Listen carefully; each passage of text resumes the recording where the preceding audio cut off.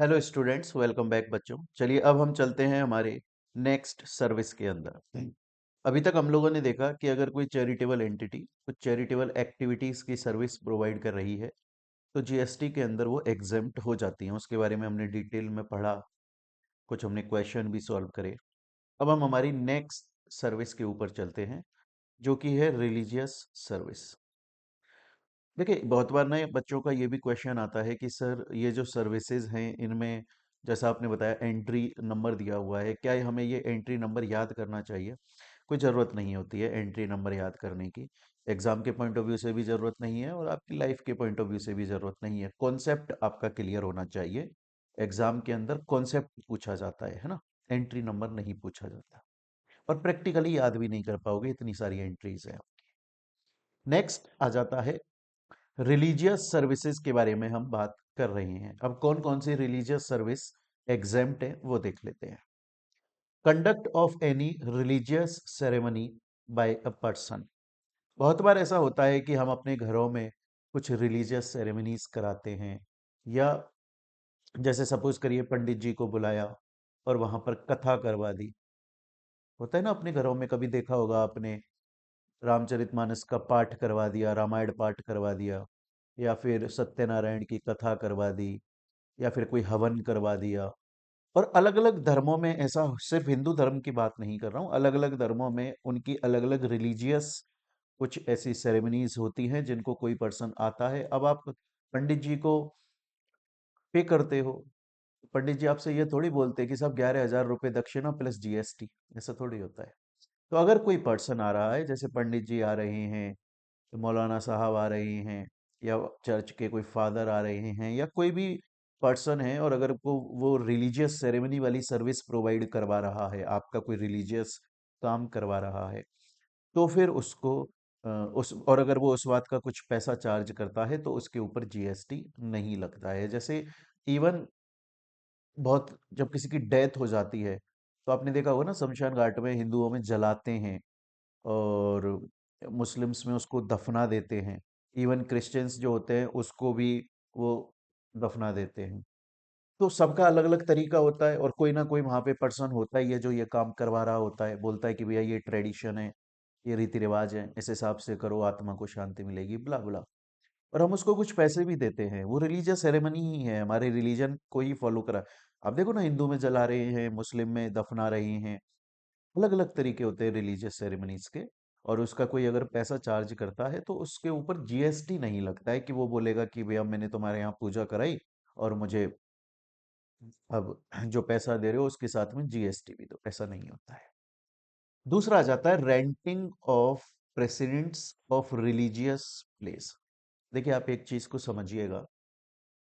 आप मंदिर जाते हो प्यारे बच्चे, कोई बड़ा मंदिर बोल रहा हूँ, ऐसा मंदिर जो फेमस है। जैसे अगर आप कभी जयपुर आए हो तो मैं आपको एग्जाम्पल जरूर देना चाहूंगा। आप कभी अगर जयपुर आए हो, या आप जिस सिटी के अंदर रहते हो इंडिया में, वहां होगा ऐसा, बिल्कुल गारंटी है होगा। जैसे जयपुर के अंदर ना, आप खोले के हनुमान जी चले जाओ। खोले के हनुमान जी का एक मंदिर है। अब मेरी बात को बड़े ध्यान से सुनिएगा जो मैं बोलने वाला हूँ यहाँ पर। सपोज कीजिए ये खोले के हनुमान जी का मंदिर का रास्ता है, और यहाँ पर ये मंदिर है। जब आप यहाँ से चलने लगते हो, 2-3 किलोमीटर का एरिया है वो, बल्कि ज़्यादा ही होगा शायद, मेरे को ऐसा लगता है। यहाँ पर ना शॉप्स बनी हुई हैं, जहाँ पर कुछ कुछ बिकता है सामान।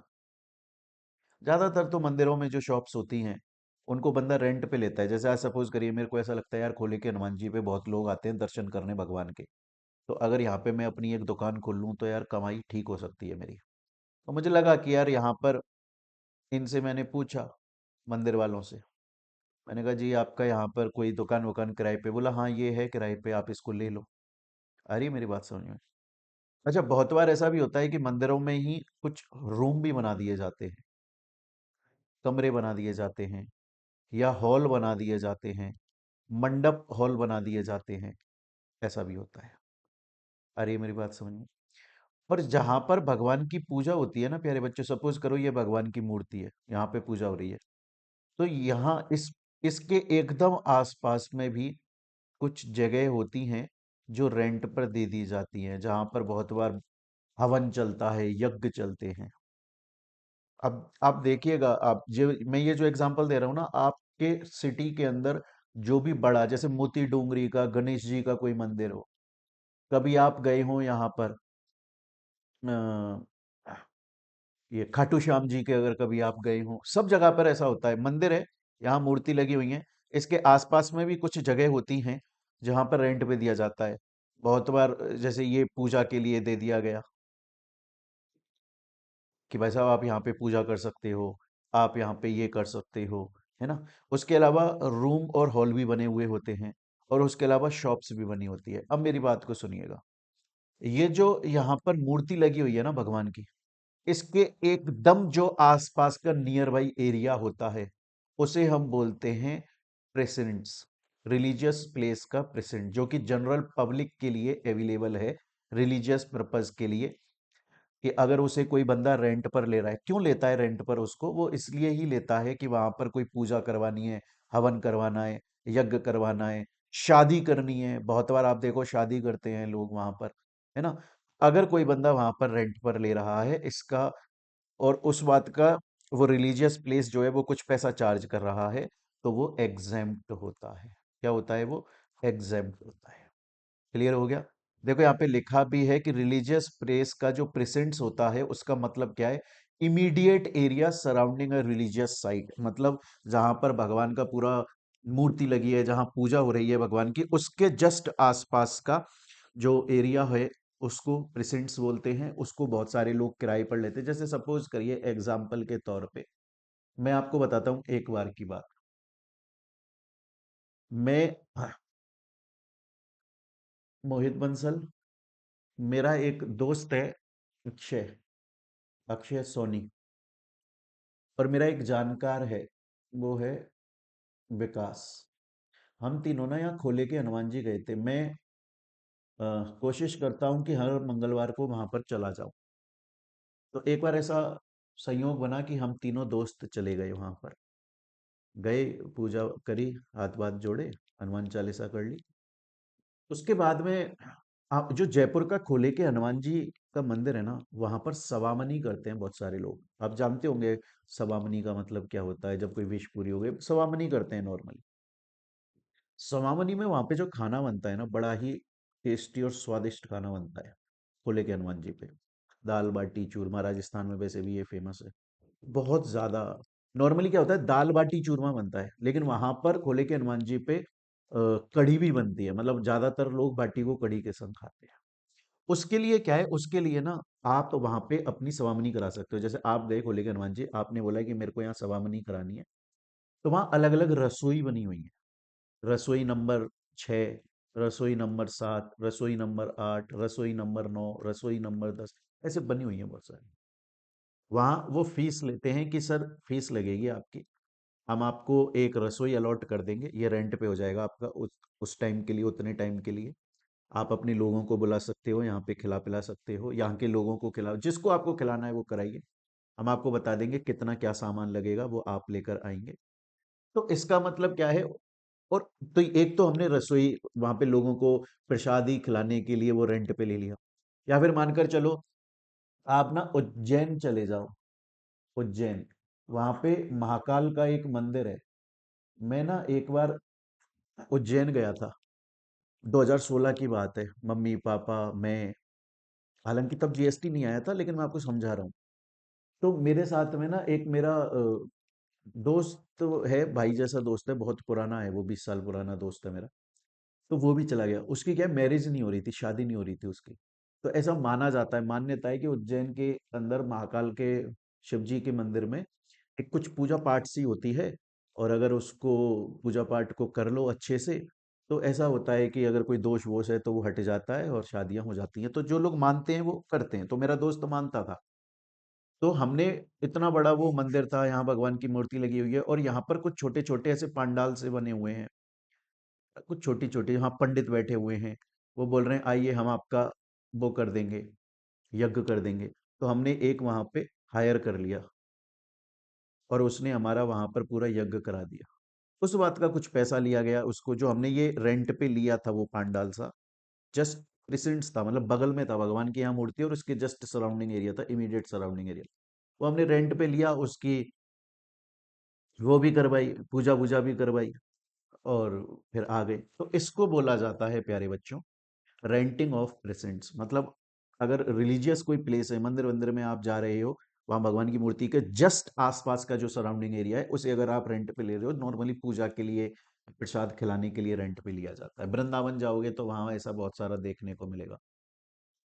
इसके अलावा रिलीजियस एरिया में रूम्स भी बनाए जाते हैं, रूम रुकने के लिए भी बनाए जाते हैं, धर्मशाला टाइप भी होती हैं, है ना। तो वहां पर अगर कोई रूम आप ले रहे हो, तो अगर उस रूम का किराया 1,000 रुपए से कम है पर डे, 1,000 रुपए से कम मतलब 999 रुपीज तक है, तो कोई जीएसटी नहीं लगेगा। जैसे सपोज करिए आप गए एक रिलीजियस प्लेस पे,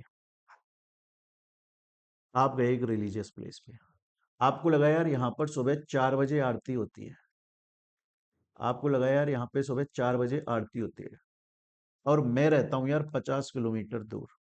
अब यार मैं 50 किलोमीटर से सुबह 4 बजे यहाँ कैसे पहुंचूंगा? तो मैं काम करता हूँ, रिलीजियस प्लेस में ही कुछ रूम्स बने हुए हैं, मैं यहाँ रूम्स को रेंट पे ले लेता हूँ रात के लिए, और यहीं सुबह 3 बजे उठ जाऊंगा, नहा धो के एकदम मस्त फ्रेश होके, एंड 4 बजे भगवान की मूर्ति में आ जाऊंगा। तो आप वहीं रुक गए, रेंट पे आपने एक रूम ले लिया। आ रही है मेरी बात यहाँ तक समझ में? उस अगर रूम का किराया ₹999 है एक दिन का, तो जीएसटी एग्जेम्प्ट है। लेकिन अगर रूम का किराया 1,000 या उससे ज्यादा है, तो फिर उस केस में जीएसटी लगेगा। क्लियर हो गया? इसके अलावा वो जो रिलीजियस प्लेस होता है ना, वहां पर बहुत बार कम्युनिटी हॉल्स भी होते हैं, बड़े बड़े कम्युनिटी हॉल होते हैं, कल्याण मंडपम होता है शादी वादी का, या ओपन एरिया भी होता है। आप देखिए ना, आप चले जाइए, जैसे आप गुरुद्वारा में चले जाइए, गुरुद्वारा के अंदर बाहर बहुत ओपन एरिया होता है, बहुत सारे लोग वहीं पर क्या नाम है, अपना कोई फंक्शन कर लेते हैं। तो अगर आप ओपन एरिया को रेंट पर ले रहे हो, तो उस केस में अगर किराया, एक दिन का किराया 999 रुपीज तक है, 9,999, तो कोई जीएसटी नहीं लगेगा। लेकिन अगर 10,000 या उससे ज्यादा है, तो फिर जीएसटी लगेगा। अच्छा, मैंने आपको एक चीज और बताई, जब आप अभी तक तो हमने क्या बात करी, देखो मेरी बात को बड़े ध्यान से सुनिएगा बच्चों, आप चाहो ना तो एक बना भी लो, क्योंकि बहुत बार बच्चों को कंफ्यूजन हो जाता है। मैं आपसे बोल रहा हूं, अगर रिलीजियस प्लेस पर आप प्रेजेंट्स रेंट पर ले रहे हो, तो कोई अमाउंट की लिमिट नहीं है, कंप्लीट एग्जेम्प्ट है जीएसटी से। लेकिन अगर रूम रेंट पर ले रहे हो, तो 999 तक की अगर पर डे की कीमत है, तो एग्जेम्प्ट है, अदरवाइज टैक्सेबल हो जाएगा। और अगर आप मान के चलो कोई कम्युनिटी हॉल है या कोई ओपन एरिया है या कल्याण मंडपम शादी वादी का बड़ा बड़ा अच्छा खासा एरिया ले रहे हो, तो फिर एक दिन के अगर 9,999 रुपए तक लिए जा रहे हैं, तो एग्जेम्प्ट है। इससे ज्यादा मतलब अगर रूम का 10,000, 1,000 या उससे ज्यादा है, या इसका 10,000 या उससे ज्यादा है, तो फिर जीएसटी लगेगी। अच्छा, मैंने आपको बोला कि जब आप मंदिर में जाते हो, तो आप देखो जहां से एंट्री होती है वहां दुकानें भी बनी होती हैं, वहां पर भगवान की पोशाक मिल रही होती है, वहां पर उनका झूला मिल रहा होता है, मालाएं मिल रही होती हैं, है ना। लेडीज के बहुत सारे भगवान से रिलेटेड ऐसे कपड़े, चोला पोला, बच्चों का भी कुछ मिल रहा होता है, मुकुट वुकुट मिल रहे होते हैं, तस्वीरें, दुकानें होती है ना। तो वो दुकानें भी तो रेंट पे ही ली जाती हैं। तो अगर कोई दुकान रेंट पर ली गई है कॉमर्स के लिए, बिजनेस के लिए, अगर उसका किराया एक महीने का 9,999 रुपए है, एक महीने का, तो एग्जेम्प्ट है। लेकिन अगर किराया 10,000 या उससे ज्यादा है पर मंथ, तो फिर वो टैक्सेबल होगा जीएसटी के अंदर। क्लियर है? इसके ऊपर कभी कभी बच्चों एग्जाम में क्वेश्चन आ जाता है, कभी कभी स्टूडेंट बोलता है सर यहाँ तक की बात मेरे को समझ में आ गई, यहाँ तक कोई दिक्कत नहीं है। अच्छा, इसी के साथ में एक और हमें पढ़ना पड़ता है, रिलीजियस पिलग्रिमेज। इसका मतलब क्या होता है? देखो बहुत बार मैंने आपको पहले भी बताया था, इंट्रोडक्शन क्लास में मैंने आपको एक चीज बताई थी, कि बहुत बार ना प्यारे बच्चों ऐसा होता है, बहुत बार ऐसा होता है कि कुछ ऑर्गेनाइजेशंस होते हैं जो कि लोगों को धार्मिक यात्रा पर ले जाते हैं। होते ना, जैसे आप देखिए आपके एरिया में ऐसा होगा, आप जिस सिटी में वहाँ रहते हैं, वहाँ कुछ ऐसे ऑर्गेनाइजेशंस होंगे जो बोलेंगे अब की बार हम अमरनाथ यात्रा ले जा रहे हैं, अब की बार हम यहाँ पर केदारनाथ लेकर जा रहे हैं, अब की बार हम वैष्णो देवी लेकर जा रहे हैं, अब की बार हम अयोध्या रामलला के मंदिर में लेकर जा रहे हैं, ऐसे अलग अलग यात्राएं करवाते हैं। तो गवर्नमेंट ने बोला है कि अगर कोई ऑर्गेनाइजेशन लोगों को धार्मिक रिलीजियस पिलग्रिमेज यात्रा करवा रहा है और उस बात का कुछ पैसा ले रहा है तो उसके ऊपर जीएसटी लगेगी। लेकिन गवर्नमेंट ने बोला है अगर कोई ऐसा ऑर्गेनाइजेशन रिलीजियस पिलग्रिमेज कर पा रहा है, कोई यात्रा करवा रहा है धार्मिक यात्रा जो गवर्नमेंट के थ्रू ऑथराइज्ड है, और वो अगर ऑथराइज्ड ऑर्गेनाइजेशन जो गवर्नमेंट के थ्रू ऑथराइज्ड है, अगर वो ऑथराइज्ड ऑर्गेनाइजेशन अगर कोई पैसा ले रहा है तो उसके ऊपर जीएसटी नहीं लगता। तो इसका मतलब क्या हुआ? इसका मतलब हुआ कि अगर रिलीजियस पिलग्रिमेज हो रहा है, अगर गवर्नमेंट से ऑथराइज्ड कोई ऑर्गेनाइजेशन करवा रहा है तो नो जीएसटी।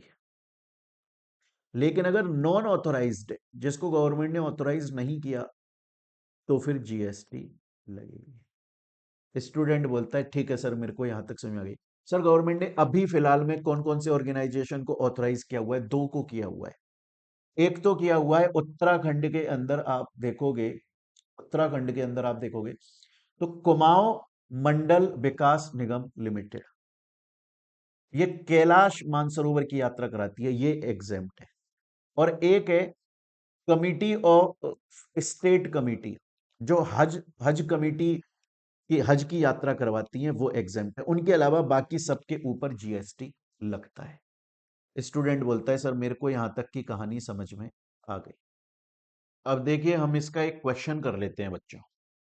ये बोल रहा है एक एंटिटी है जो कि रिलीजियस एक्ट ट्रस्ट के अंदर एज रिलीजियस ट्रस्ट रजिस्टर्ड है, section 12 A B of income tax act, और वो कुछ सर्विसेज प्रोवाइड कर रहा है।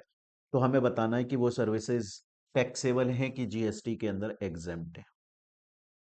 सबसे पहले बोल रहा है renting of room, room rent पे दिया गया। तो हमने क्या पढ़ा था कि अगर कोई रूम रिलीजियस प्लेस के अंदर रूम रेंट पर है, तो अगर उसका किराया 999 पर डे इतना तक है तो वो एग्जेम्प्ट है। लेकिन अगर इससे ज्यादा मतलब 1,000 रुपए या उससे ज्यादा है तो वो टैक्सेबल है। यहां पर कितना लिया जा रहा है? यहां पर 500 रुपए पर डे। ऐसा एक साल में बहुत बार हुआ, टोटल 6 लाख रुपए की इनकम आई। कैसे आई? रूम्स को किराए पर दिया जाता था रिलीजियस प्लेस के अंदर, और जब भी किराए पर दिया जाता तो एक दिन का 500 रुपए लिया जाता, उससे ज्यादा नहीं। तो इसका मतलब तो ये एग्जेम्प्ट हो गया। दूसरा बोल रहा है रेंटिंग ऑफ रूम, जहां पर 1,500 रुपए चार्ज किया, ये वाला टैक्सेबल हो गया, मतलब 9 लाख रुपए के ऊपर टैक्स लगेगा, तो ये टैक्सेबल हो गया। नेक्स्ट आ जाता है renting of community halls.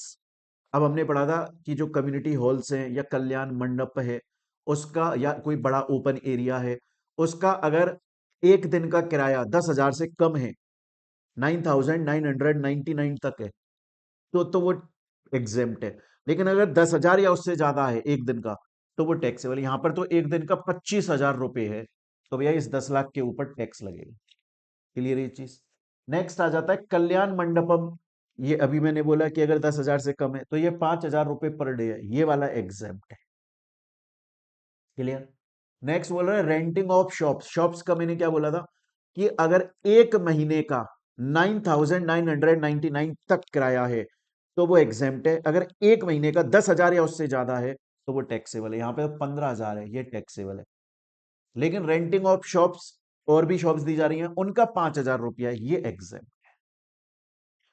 Clear ये चीज? तो बस अब आप देख लो कौन कौन सा टैक्सेबल है। एक तो 9 लाख टैक्सेबल है, एक आपका 10 लाख, 19 लाख, 19 लाख हो गए, और एक 7,50,000, मतलब 26,50,000 रुपए आपके टैक्सेबल है। उनके ऊपर 18% का जीएसटी, मतलब टैक्स कितना पे करना पड़ेगा? 4,77,000। स्टूडेंट बोलता है सर मेरे को यहां तक की बात 100 और परसेंट समझ में आ गई। तो अभी तक हमने देखें तो तीन टाइप की सर्विस देख ली। एक तो हमने देख ली प्यारे बच्चों आपकी चैरिटेबल सर्विस, एक हमने देख ली रिलीजियस सर्विसेज, एक रिलीजियस पिलग्रिमेज की सर्विस देख ली। अब नेक्स्ट आता है एग्रीकल्चर सर्विस। स्टूडेंट्स देखो, ये जो हम एग्जम्पशन चैप्टर पढ़ रहे हैं ना, इसके अंदर अभी तक जो हमने ये 3 सर्विसेज देखी, रिलीजियस पिलग्रिमेज या रिलीजियस सर्विस या चैरिटेबल सर्विस, ये तो बड़ी इजी सर्विस है। अब जो हम पढ़ रहे हैं ना एग्रीकल्चर सर्विस, मैं ये नहीं बोलूंगा कि ये हार्ड है, मैं ये नहीं बोलूंगा ये हार्ड है, ये बहुत बड़ी है एग्रीकल्चर सर्विस के अंदर ना। अच्छा, दूसरी एक और चीज बताता हूं। जैसे अभी आप देखो, हमने जो सबसे पहले चैरिटेबल सर्विस पढ़ी, आपको बताए उसमें बहुत सारी एंट्रीज पढ़ा दी मैंने आपको, मैंने एंट्री का नंबर नहीं बताया एक एक का आपको। वो आपको लाइफ में भी काम नहीं आना, एग्जाम में भी काम नहीं आना।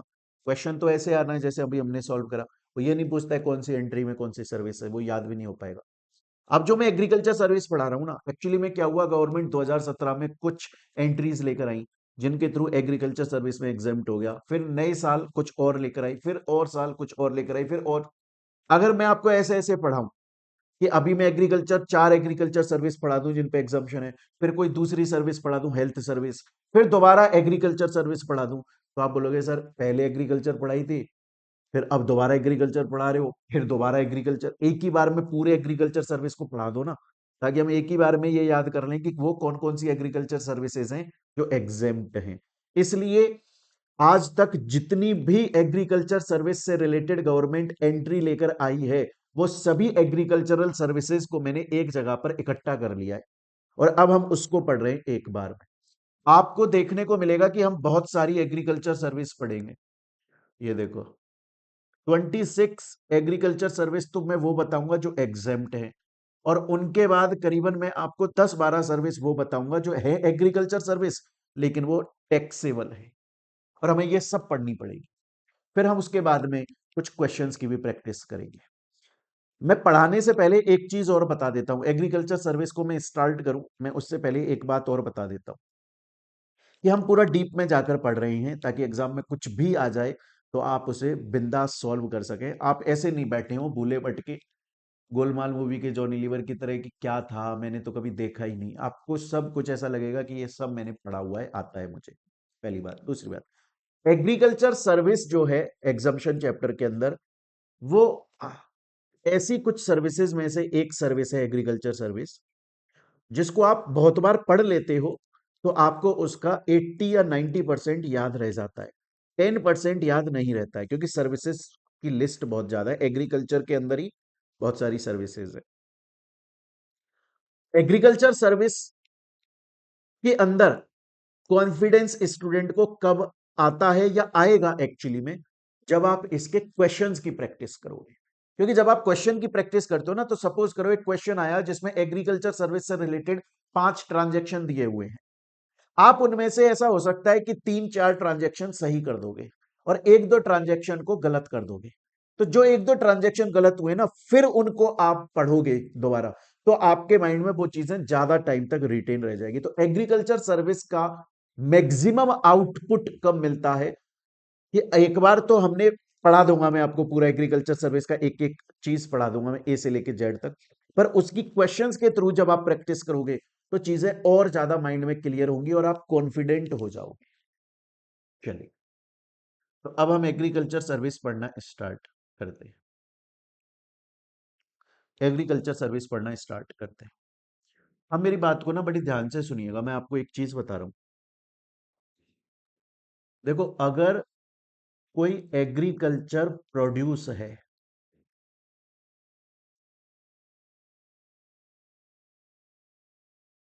एग्रीकल्चर मतलब ऐसा कोई प्रोडक्ट जो डायरेक्टली खेत से निकला है, एग्रीकल्चर प्रोड्यूस।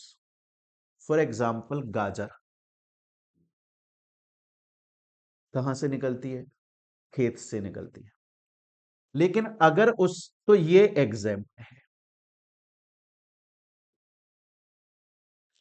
अगर मान के चलो एक किसान है मिस्टर ए, और किसान खेत से गाजर को निकाल के लेकर आया काट के। भाई खेतों में लगे रहने देगा तो कौवे खा जाएंगे, कुत्ता खा जाएगा, गाय भैंस खा जाएगी, है ना। जब खेतों में उग जाती है प्रोडक्ट, जब उग जाता है तो फिर उसको काट के किसान लेकर आ जाता है और अपने किसी वेयर हाउस में रख देता है। तो ये तो एग्जेम्प्ट है, ये तो एग्जेम्प्ट है। लेकिन अगर किसान ने इसका अचार बना दिया, अचार के अंदर तो मसाले भी यूज करे, तेल भी यूज करा, तो एग्रीकल्चर प्रोड्यूस क्या था? गाजर। अगर आप उस एग्रीकल्चर प्रोड्यूस को उसी स्टेज में बेच रहे हो, उसी स्टेज का मतलब मैं ये नहीं बोल रहा हूं गाजर खेत से निकली उसमें मिट्टी लगी हुई है तो उसको साफ भी नहीं करो, उसको साफ कर लो, लेकिन उसमें ऐसा कोई चेंज मत करो कि उसकी कैरेक्टरिस्टिक चेंज हो जाए। मतलब पहले गाजर इतनी लंबी आ रही है, आपने उसको काट काट के उसका अचार बना दिया तो वो कैरेक्टरिस्टिक ही चेंज हो गया। पहले जो गाजर थी उसकी सब्जी बनती या वो सैलेड में काम आता, अब तो वो अचार के रूप में काम आ रहा है। तो अगर आप एग्रीकल्चर प्रोड्यूस जो डायरेक्टली खेत से निकला है, आलू निकला खेत से, इसको आप वेयर हाउस कर रहे हो, आप अगर इसको वेयर हाउस करने की सर्विस प्रोवाइड कर रहे हो, ये एग्जेम्प्ट है। लेकिन आलू से आपने लेज चिप्स बना दी, टमाटर निकला खेत से, उसको खेत से डायरेक्टली काट के वेयर हाउस कर रहे हो, एग्जेम्प्ट है, क्योंकि एग्रीकल्चर प्रोड्यूसर डायरेक्ट। लेकिन अगर आपने उससे टमेटो चिप्स बना दी, लेज की देखो लाल कलर की चिप्स आती है, या आपने सॉस बना दिया, किसान केचप बना दिया आपने, उसको अगर आप वेयर हाउस कर रहे हो, वो एग्जेम्प्ट नहीं है। तो मैं क्या बोलना चाह रहा हूं आपसे, मैं डायरेक्टली बोलना चाह रहा हूं, अगर एग्रीकल्चर प्रोड्यूस है कोई जो डायरेक्टली एग्रीकल्चर से निकल कर आया है, जो खेत में उगाया है, मूली आपने खेत में उगाई है ना, पालक, धनिया, सरसों, अगर जो चीज आपने खेत में डायरेक्टली उगाई है, जो एग्रीकल्चर प्रोड्यूस है, अगर आप उसकी वेयर हाउसिंग कर रहे हो तो वो एग्जेम्प्ट है। सर अगर हम उसको धो धा के साफ कर रहे हैं, क्योंकि आलू निकलता है तो मिट्टी आती है उसमें, मिट्टी से ही तो निकला है वो, गाजर, मिट्टी, घिया, ये सब मिट्टी से ही तो निकल रही हैं। हाँ तो उसको साफ कर लो, लेकिन ऐसा चेंज मत कर देना कि उनकी इसेंशियल कैरेक्टरिस्टिक ही चेंज हो जाए। तो अगर एग्रीकल्चर प्रोड्यूस को वेयर हाउस किया जा रहा है तो एग्जेम्प्ट है। लेकिन सर अगर हमने एग्रीकल्चर प्रोड्यूस की प्रोसेसिंग कर दी और उससे एक नया प्रोडक्ट बनाया, नहीं, उस नए प्रोडक्ट की वेयर हाउसिंग, वो एग्जेम्प्ट नहीं है, वो टैक्सेबल है, वो टैक्सेबल है, वो टैक्सेबल है। जैसे आप एक चीज समझो, एक मिनट, जैसे आप एक चीज समझो, खेत से क्या निकलता है आपके, खेत से क्या निकलता है? खेत से निकलता है सर पटेटो। अगर मैं इस पटेटो की वेयर हाउसिंग करूं तो एग्जेम्प्ट है। लेकिन अगर पटेटो से पटेटो चिप्स बना ली और उसकी वेयर हाउसिंग करोगे तो वो टैक्सेबल है, क्योंकि आपने उसे कन्वर्ट कर दिया। आ रही है मेरी बात समझ में? स्टूडेंट बोलता है सर अब तक की बात, इतनी सी बात जो आपने बोली वो मेरे को समझ में आ गई। पहली बात तो सर आप बोल रहे हो कि अगर हम सर्विस प्रोवाइड कर रहे हैं एग्रीकल्चर प्रोड्यूस के, चाहे लोडिंग की सर्विस है, चाहे उसके अनलोडिंग की सर्विस है, चाहे एग्रीकल्चर प्रोड्यूस के पैकिंग, आलू को आप ऐसे हाथ में भर के लाओगे क्या? किसान आलू को हाथ में भर के लेके आता है क्या? बोरी में, कट्टे में भर के लेकर आता है ना भाई, वो उसकी पैकिंग हो गई ना। बट क्या उस पैकिंग की वजह से आलू का कैरेक्टरिस्टिक चेंज हुआ? नहीं, वो आलू तो आलू है ना। थैले में भर के लेकर आ गए आप, बैग में भर के लाना ही पड़ेगा ना आपको। किसान को अगर बेचना है तो वो तो पूरे ट्रक के अंदर ऐसे बहुत सारे कट्टे, बहुत सारी बोरियों में भर भर के लाएगा ना, वरना ऐसे कैसे ले आएगा वो आलूओं को? अगर कोई एग्रीकल्चर प्रोड्यूस की loading, unloading, packing, storage, warehousing, इनमें से अगर आप कोई भी सर्विस प्रोवाइड करते हो तो वो एग्जेम्प्ट है।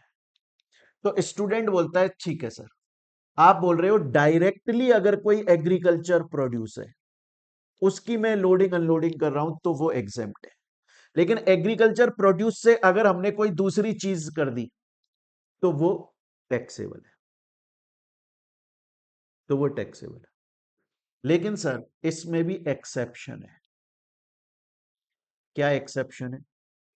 मेनली तो दो एक्सेप्शन है। वो कौन से हैं? देखिए, एक चीज समझिएगा, मैं यहां दिखाता हूं आपको।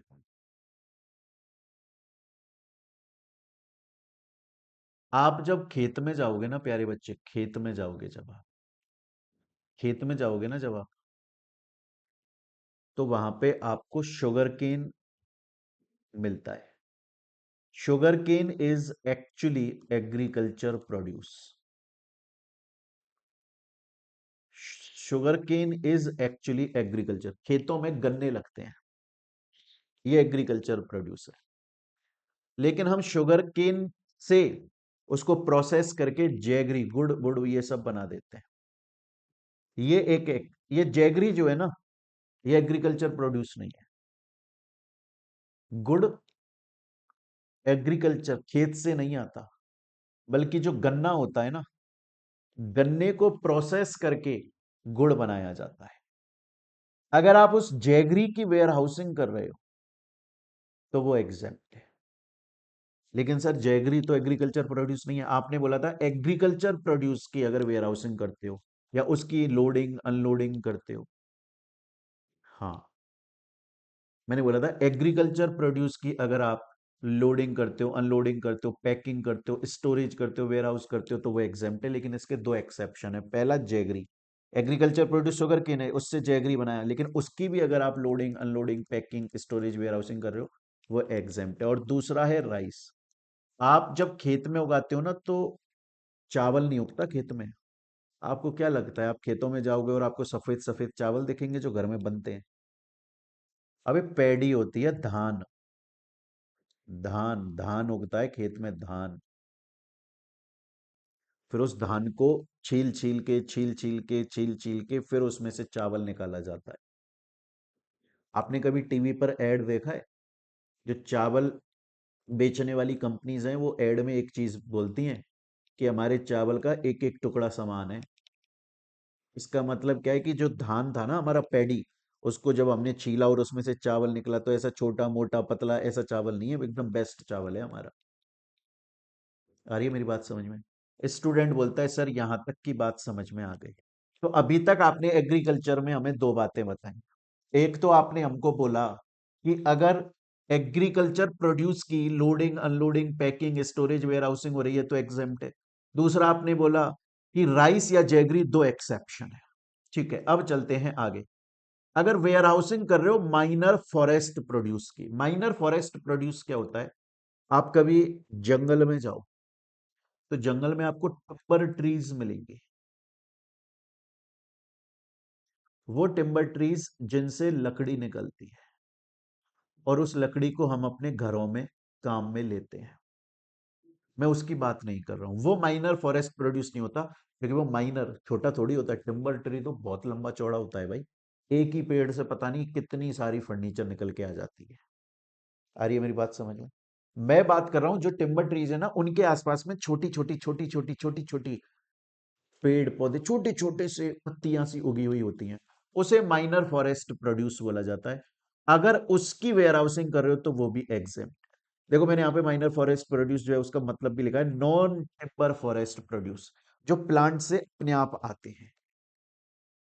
कभी आपने अपने घर में कोई बगीचा बनाया हुआ है, और आप देखिए आपकी मम्मी पापा भैया बहन कोई उसमें पेड़ उगाता है, कुछ अमरूद का उगा लिया, पपीते का उगा लिया, किसी का भी उगा लिया, मतलब आपकी मर्जी है भाई, आजकल ऑर्गेनिक का जमाना बहुत है। तो आप देखिए जो आपने उगाया ना, उसके अलावा कुछ छोटे मोटे झाड़ियां सी और उग जाती हैं, वो माइनर फॉरेस्ट प्रोड्यूस है।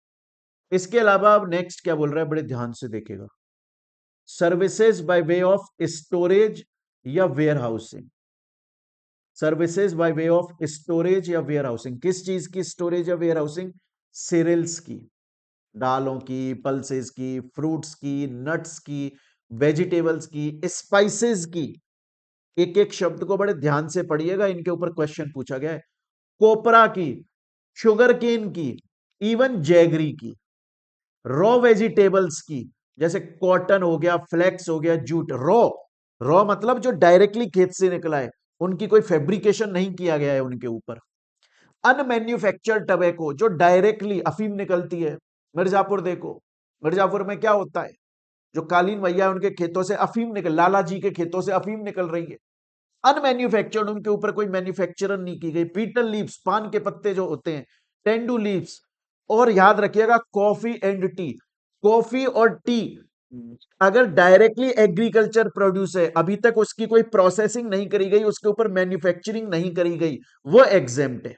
एग्जाम में क्वेश्चन आता है प्यारे बच्चों, मैं आपको दोबारा से बोल रहा हूं, मैं यहां पर पढ़ाऊंगा जब टैक्सेबल पढ़ाऊंगा आपको, जब मैं टैक्सेबल पढ़ाऊंगा ना, देखो तब मैं आपको यहां पर एक चीज पढ़ाऊंगा और लिखेंगे भी अपन की, ये रहा, अगर आप ब्लैक टी या ग्रीन टी या फिर कॉफी जिसकी आपने मैन्युफैक्चरिंग कर ली है, अगर उसकी कोई वेयर हाउसिंग सर्विस है तो वो टैक्सेबल हो जाएगी। क्यों? क्योंकि एग्जेम्प्ट क्या है, अनमैन्युफैक्चर्ड, मतलब डायरेक्टली। आप याद रखिएगा कॉफी कभी भी एग्रीकल्चर प्रोड्यूस नहीं होता। कॉफी बीन्स जो होते हैं ना, कॉफी बीन्स जो होते हैं, आप एड देखिए टीवी पर, नेस्कैफे के अंदर जब आता है तब वो दिखाते हैं आपको कि लाल लाल छोटे छोटे बीन्स हैं कॉफी के, जिनको किसान तोड़ता है, फिर उनको कूट काट के कॉफी पाउडर बनाता है। मैं उस कॉफी पाउडर की बात नहीं कर रहा हूं जो आप अपने घर में यूज कर रहे हो, जो पैकेट्स में बोतल में आ रहा है, नहीं, मैं डायरेक्टली एग्रीकल्चर प्रोड्यूस की बात कर रहा हूं, कॉफी बीन्स की। मैं डायरेक्टली उस टी की बात कर रहा हूं जो खेतों में उगी हुई है, पत्ते के लीव्स के फॉर्म में। मैं उस ब्लैक ब्लैक टी की, जो चाय पत्ती आती है घर में उसकी, या ग्रीन टी की बात नहीं कर रहा हूं जो प्रोसेस्ड होकर निकली गई है, उसकी बात नहीं कर रहा हूं, वो टैक्सेबल है। लेकिन अगर रॉ निकाली है आपने, जिसके ऊपर कोई फैब्रिकेशन नहीं है, जिसके ऊपर कोई मैन्युफैक्चरिंग नहीं करी गई, अगर उसकी आप स्टोरेज वेयर हाउसिंग की सर्विस दे रहे हो, वो एग्जेम्प्ट है। नेक्स्ट आता है फूमिगेशन। फमीगेशन का मतलब क्या होता है, ये तो आपको वैसे पता है, फ्यूमिगेशन का मतलब क्या होता है। देखो क्या होता है, जब बहुत बार हम सामान को वेयर हाउस में रखते हैं ना लंबे टाइम तक, कि अभी बिकने में टाइम है, किसान रखता है, किसान खेतों से तोड़ के लिए आया, अपनी जो भी पैदावार हुई उसकी, उसको काट के लिए आया और अपने वेयर हाउस में रख दिया। तो किसान इंतजार करता है कि यार जब मार्केट में प्राइस अच्छी होगी तब बेचूंगा, और तब तक वो वेयर हाउस में गोडाउन में पड़ा हुआ है। तो उसके ऊपर वो क्या करते हैं, सैनिटाइजेशन करते रहते हैं, दवाइयां छिड़कते रहते हैं, ताकि वो सड़ नहीं जाए, खराब नहीं हो जाए, ताजा रहे। उसे फ्यूमिगेशन बोला जाता है। अगर इस चीज की आप सर्विस प्रोवाइड कर रहे हो कि वेयर हाउस में कुछ सामान आमन रखा है और आप जाकर और वो फ्यूमिगेशन कर आते हो, सैनिटाइजेशन दवाइयां छिड़काते हो ताकि वो ताजा बनी रहे, इस बात का पैसा ले रहे हो, तो एग्जाम क्लियर ये चीज यहां तक। नेक्स्ट आता है artificial insemination of live stock. जैसे आप देखो, गाय है आपके पास में, और आप चाहते हो कि ये गाय प्रेग्नेंट होके बच्चा दे दे, ताकि वो बच्चा भी तो फिर आगे एग्रीकल्चर में काम करेगा ना, हल वल चलवाएगा या ब्ला ब्ला कुछ भी काम करेगा। उसका डंग, जो काऊ डंग होता है, वो भी एक फर्टिलाइजर की तरह यूज में लिया जाता है। तो अब उसको कैसे बच्चा दिलवाएं, तो हम उसका आर्टिफिशियल इंसेमिनेशन करते हैं, है ना, जो स्पर्म होता है वो उसके अंदर, वो वेटनरी डॉक्टर करवा देता है उस चीज को, ताकि वो प्रेग्नेंट होकर और वो बच्चा दे, लाइव स्टॉक, ताकि एग्रीकल्चर में काम आए। तो अगर आर्टिफिशियल इंसेमिनेशन कराया जा रहा है लाइव स्टॉक का, लेकिन उसमें हॉर्स काउंट नहीं होता, मतलब हॉर्स का अगर आर्टिफिशियल इंसेमिनेशन करा रहे हो कि एक और नया घोड़ा आ जाएगा, तो घोड़ा तो कभी आपका एग्रीकल्चर में यूज ही नहीं आता। कहाँ आता है घोड़ा एग्रीकल्चर में यूज?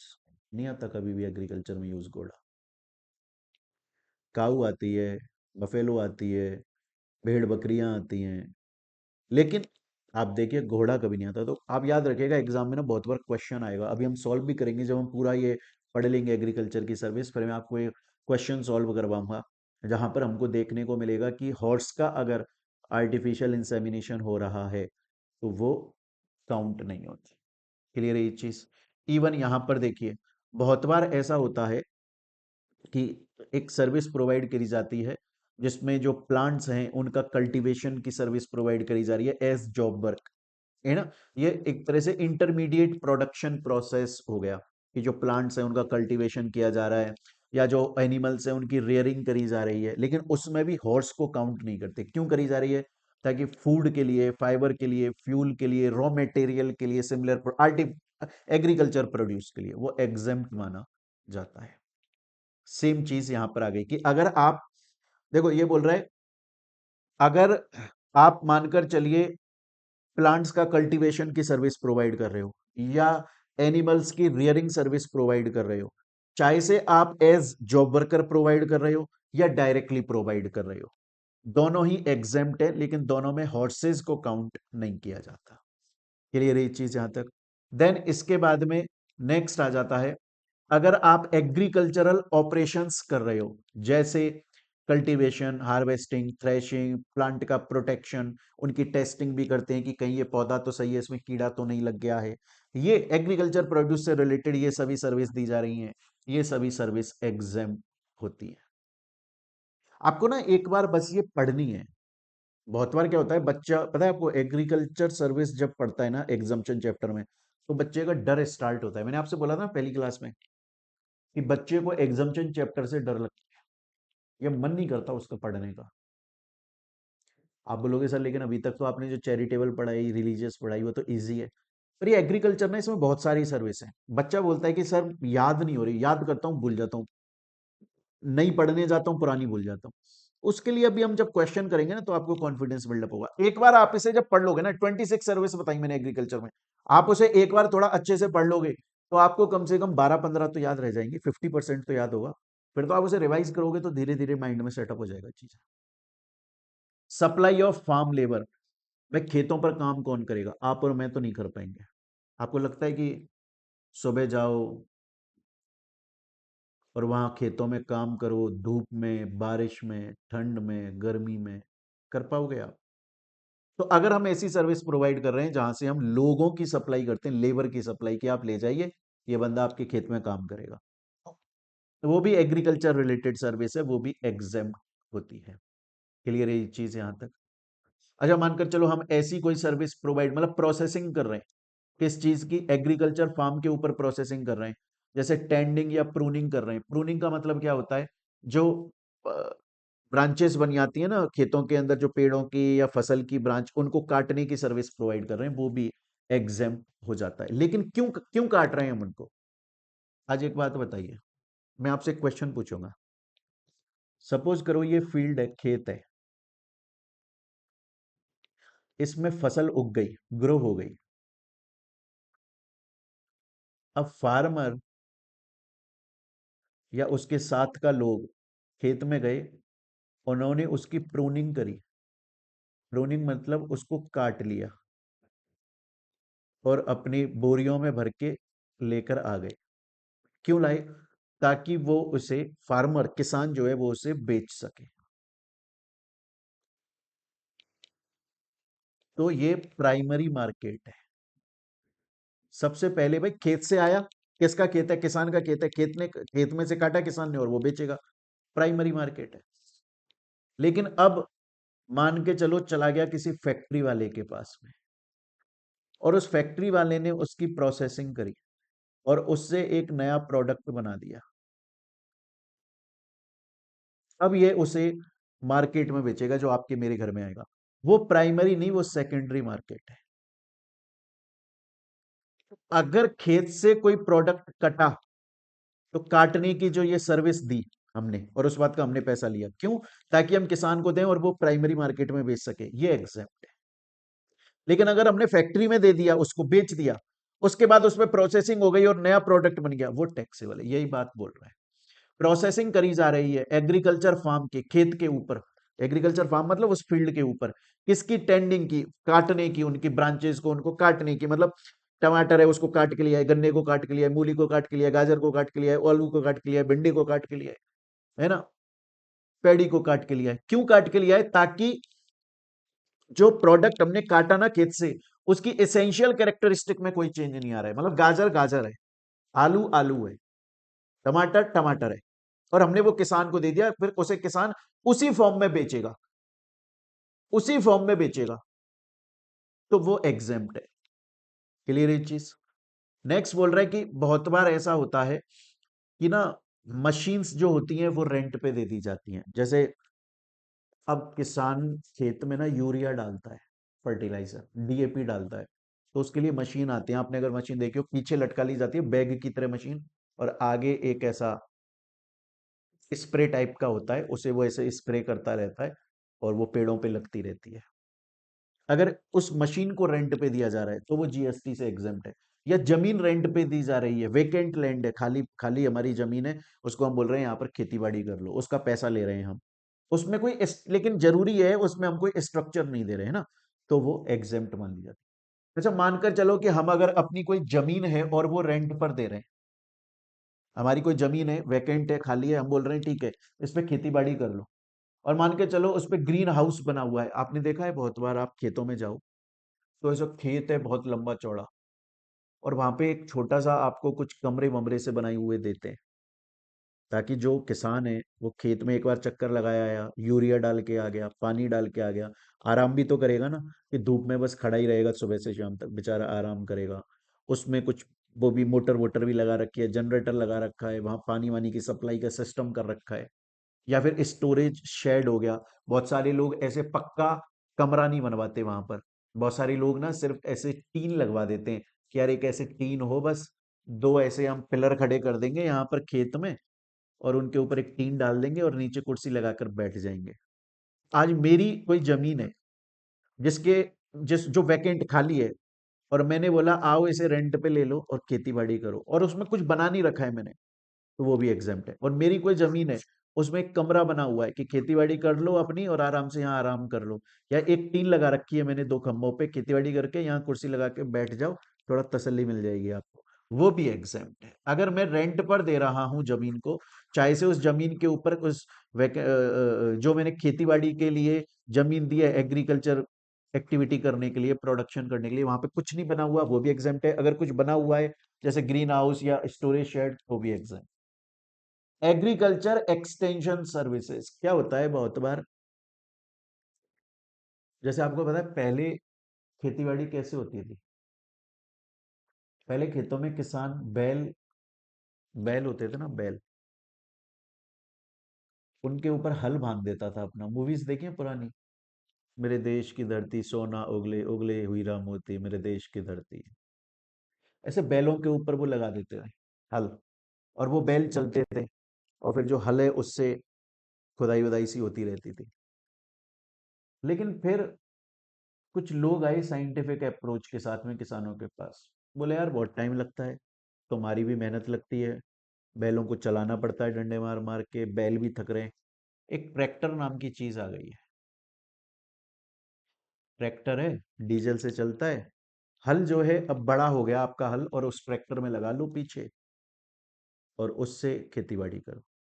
फिर क्या होता था, जब खेतों में फसल उग जाती थी तो महिलाएं, एक एक परिवार के महिला भी जा रही है, आदमी भी जा रहा है, और सुबह 4 बजे स्टार्ट हो गया, कटाई कर रहे हैं, और पीछे एक बास्केट बांधी हुई है और उसमें डाल डाल के घर पे ला रहे हैं। ऐसे 10-10 दिन में जाके तो उनका पूरे खेत की कटाई होती थी। फिर एक साइंटिफिक अप्रोच के साथ में गया कि साहब अब एक कटर मशीन बना दी है हमने। वो मशीन कुछ इस तरह की है कि जैसे उस मशीन के यहाँ पे तो कांटे से लगे हुए हैं, मतलब वो ब्लेड लगे हुए हैं, वो काटेगा, और उसी मशीन के यहीं पे आगे ही एक स्टोरेज टैंक है, कटता जाएगा और उसमें गिरता जाएगा, कटता जाएगा गिरता जाएगा, कटता जाएगा गिरता जाएगा। अगर इस तरह की कुछ सर्विस प्रोवाइड करे, एग्रीकल्चर एक्सटेंशन सर्विस, ताकि साइंटिफिक अप्रोच के साथ में एग्रीकल्चर फैसिलिटी ईज हो जाए, स्मूथ हो जाए, किसान को थोड़ा कम हो जाए काम, है ना, तो फिर उस केस में वो एग्जेम्प्ट मानी जाती है। देखो जैसे मैं आपको ना इसकी पिक्चर्स दिखाता हूँ कुछ, आप देखो, देखो पहले, एक मिनट रुको, देखो ये मशीन दिखाई दे रही है आपको, इस मशीन से देखो अब कटिंग हो रही है। पहले आदमी को ना हाथ से काटनी पड़ती थी, ये फसलें उगी हुई हैं, देखो यहाँ पे फसलें उगी हुई हैं, फिर पहले उसे ऐसे हाथ से काटनी पड़ती, अब मशीनें आ गई हैं। देखो मशीन से कितनी जल्दी, कितने सारे इसमें ब्लेड लगे हुए हैं, और एक ही बार में देखो पूरा ये एरिया काट दिया। देखो यहाँ से ये पूरा एरिया देखो ये पड़े हुए, अब इनको उठा के ले जाएगा। एक ऐसी मशीन भी आती है, देखो ये हाथ की मशीन भी आ गई। देखो इस बंदे ने ये पूरा काट दिया एरिया, देखो, और अब बाकी का ये यहाँ से ये काट रहा है। ऐसी मशीन आ गई है, इस तरह की सर्विस प्रोवाइड कर रहे हैं। देखो ये अब ये पहले क्या होता था, पहले किसान उसको बैलों में, बैलों के यहाँ कंधों पे सिरों पे हल लगा के खेती करता था। अब देखो ट्रैक्टर से खेती हो रही है, एक ही बार में पूरा जोत देगा, यहाँ से ऐसे 1 घंटे के अंदर अंदर पूरा खेत रेडी कर देगा। ये मशीन है देखो काटने की। देखो अब एक चीज देखिएगा, ये कितनी अच्छी मशीन बनाई गई है। यहाँ से ये काट रहा है, ये ब्लेड जो है ये काट रही है, और ये यहाँ पे स्टोर होता चला जाएगा। फिर ये इसको एक जगह पे खला देगा, इधर मान लो कुछ रखा हुआ है इनका टैंकर सा, उसमें खला देगा, फिर काट देगा, फिर खला देगा। चारा काटने की मशीन आ गई, है ना, जिसको फूडर कटर के नाम से बोला जा रहा है। तो ऐसी कोई सर्विस प्रोवाइड करी जा रही है। स्टूडेंट बोलता है सर यहाँ तक समझ में आ गया। इसके बाद में आता है नेक्स्ट, बड़े ध्यान से देखिएगा।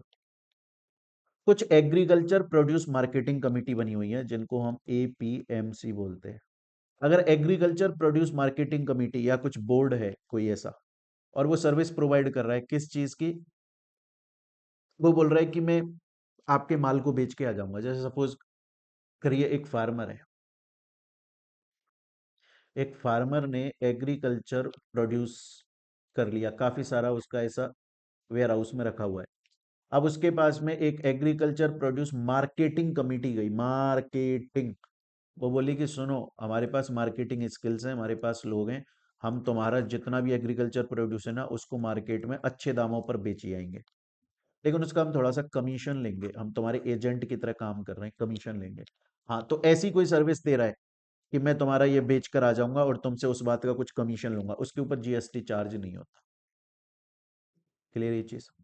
अभी हमने जितनी पॉइंट नंबर 7 से लेके यहाँ पॉइंट नंबर 15 तक बात करी, बेसिकली मतलब रॉ मटेरियल, अगर रॉ एकदम रबड़ उगाया जाता है, रबड़ कहाँ से उगता है, एग्रीकल्चर से, है ना। या फिर मान के चलो कॉफी बीन्स कहाँ से उगते हैं, एग्री, ग्रीन टी इसमें नहीं आएगा। अगर वो सर्विसेज ली जा रही हैं तो फिर उस केस में वो फ्री हो जाता है। बेसिकली रॉ है, अगर कॉटन, जैसे रुई हो गई कॉटन, अगर वो हमने डायरेक्टली एग्रीकल्चर से प्रोड्यूस किया, उसकी वेयर हाउसिंग कर रहे हैं, या कॉफी बीन्स की कर रहे हैं, या नॉर्मल टी की कर रहे हैं, तो वो एग्जेम्प्ट हो जाता है। ब्रीडिंग ऑफ फिश, फिशिकल्चर बोलते हैं कि मछलियों को पालना, वो फ्री है, उसमें कोई टैक्स नहीं लगता। रेयरिंग ऑफ सिल्क वॉर्म, जिसे सेरिकल्चर बोलते हैं, वो भी एग्जेम्प्ट है।